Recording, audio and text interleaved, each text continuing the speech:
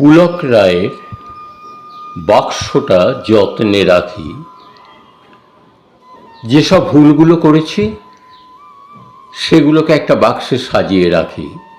রোজ রাত্রে একবার করে দেখি যে আগেরটার থেকে পরেরটার ওজনটা কম কিনা, আগেরটা থেকে কিছু শিখতে পেরেছি কিনা।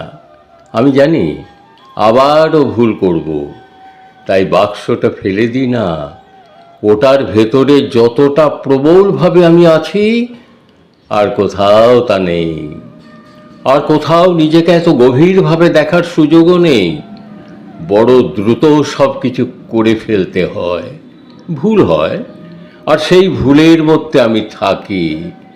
বাক্সটা তাই খুব যত্নে রাখি।